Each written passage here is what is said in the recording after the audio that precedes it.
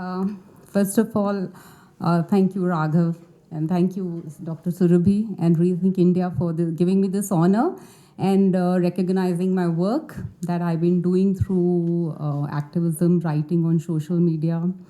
और बड़ा अच्छा दिन है, बड़ा अच्छा ओकेजन है. सुषमा जी से मेरी 3-4 बार मुलाकात हुई. मैं उनको एज अ पॉलिटिशियन तो बहुत कम देखा, लेकिन मैं जब उनसे मिली तो इतनी पावरफुल लेडी होने के बाद भी वो बहुत मदरली थी.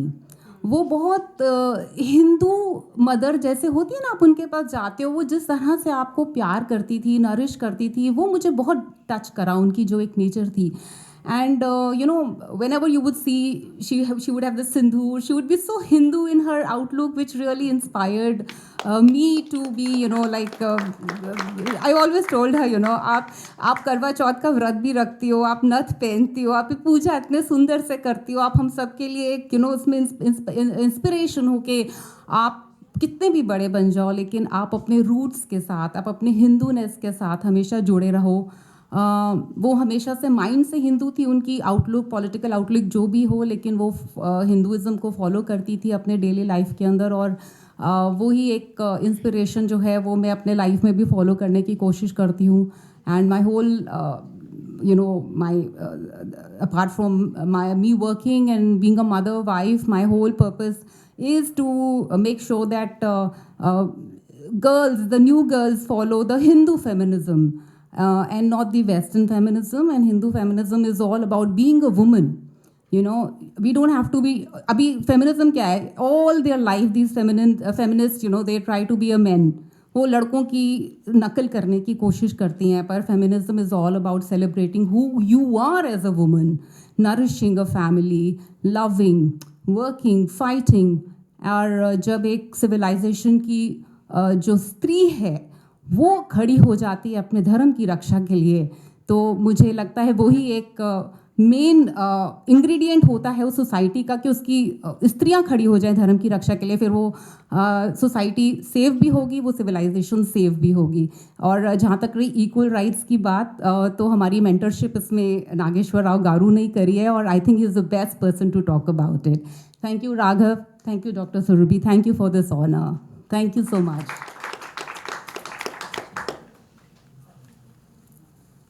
Nageshwar Rao Garu for the valedictory, please.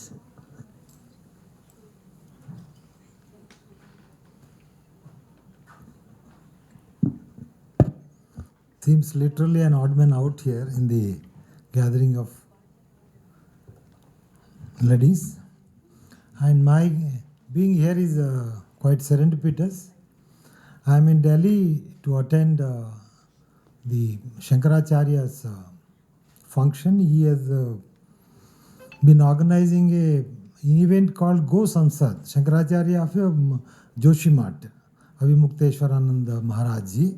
So he invited me to make a presentation on cow slaughter bill. So yesterday I had that presentation, and today, incidentally, it is his birthday. So that's called Prakatya Divas. So we attended there in Talaktora, that stadium. And then afternoon, I think today morning or around late morning, I texted Raghavji that I am here, so how are you, and all that kind of thing. Then immediately he said, sir, there is an event, you must come, and all that.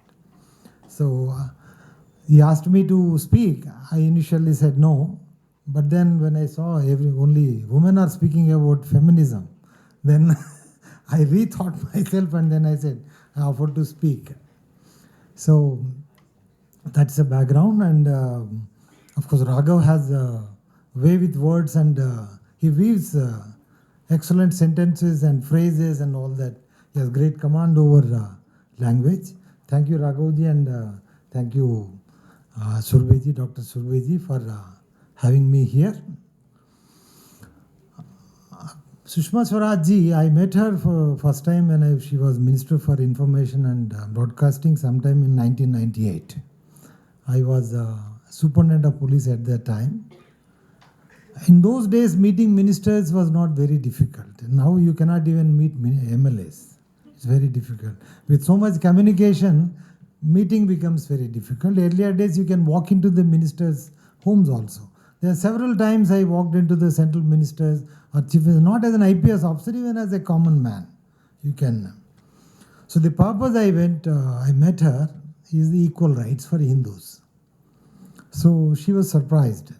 What are you talking? That Hindus, we are a Hindu country and you are saying that Hindus do not have equal rights. At that time, my maturity level was also less because I was quite young.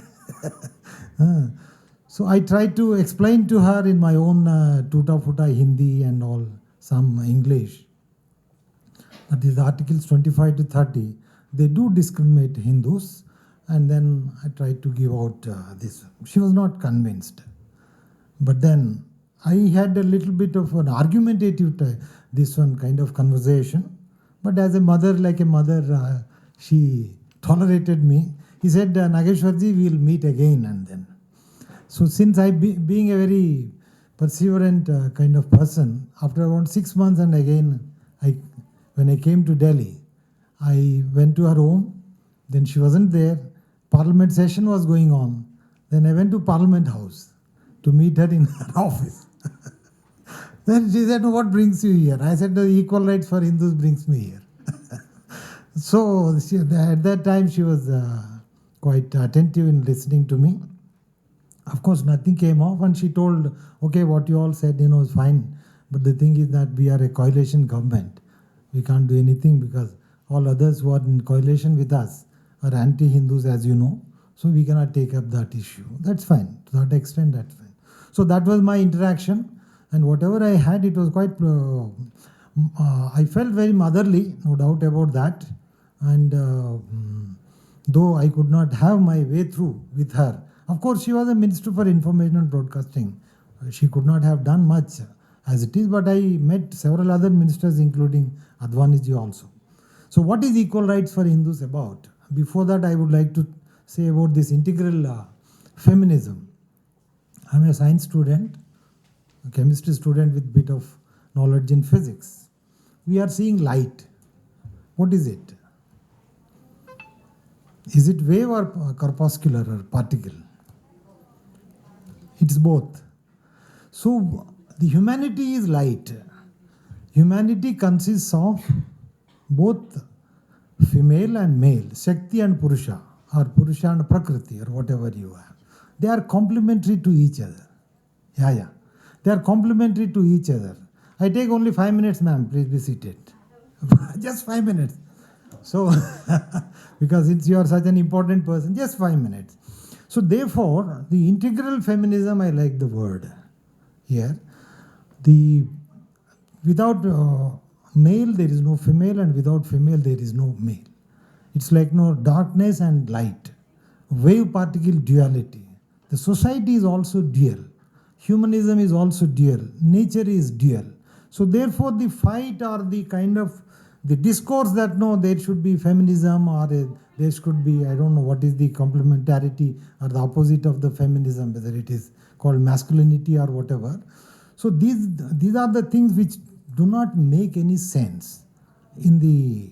What we need is humanism or a kind of a humanity where both man and, because I love, for instance, you take the case of this one. I love my daughter much more than I love my son. Not because of anything, because I see mother in my daughter.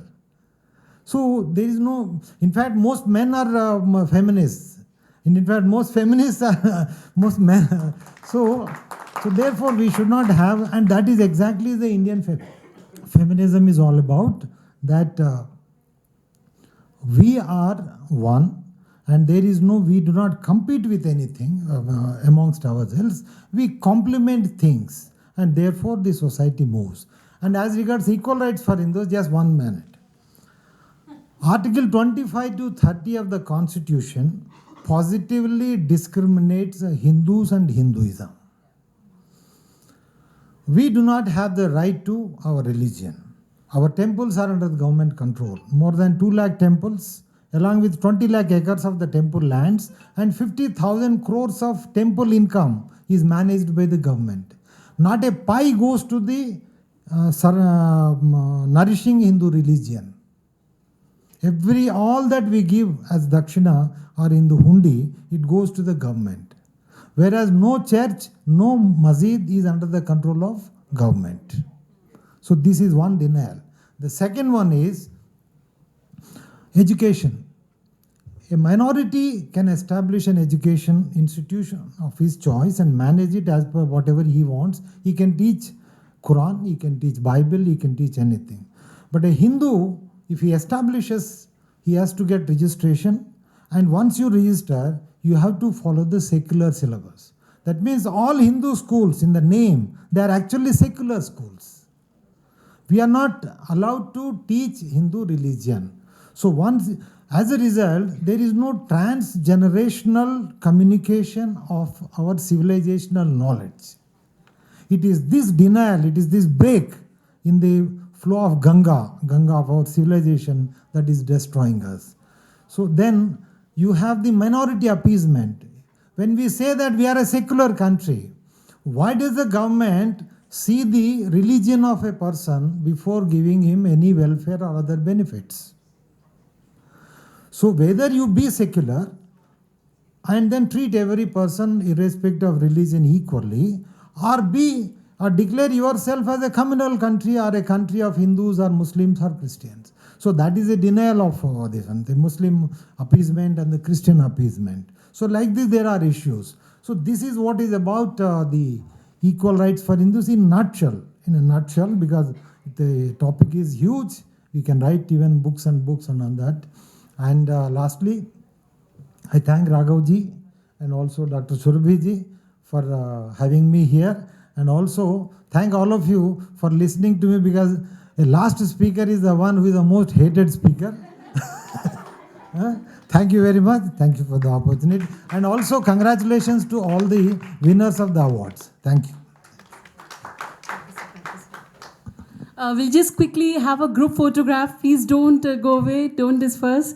Quickly, photographers, please. Let's conjoin here, assemble here for a group photograph. All the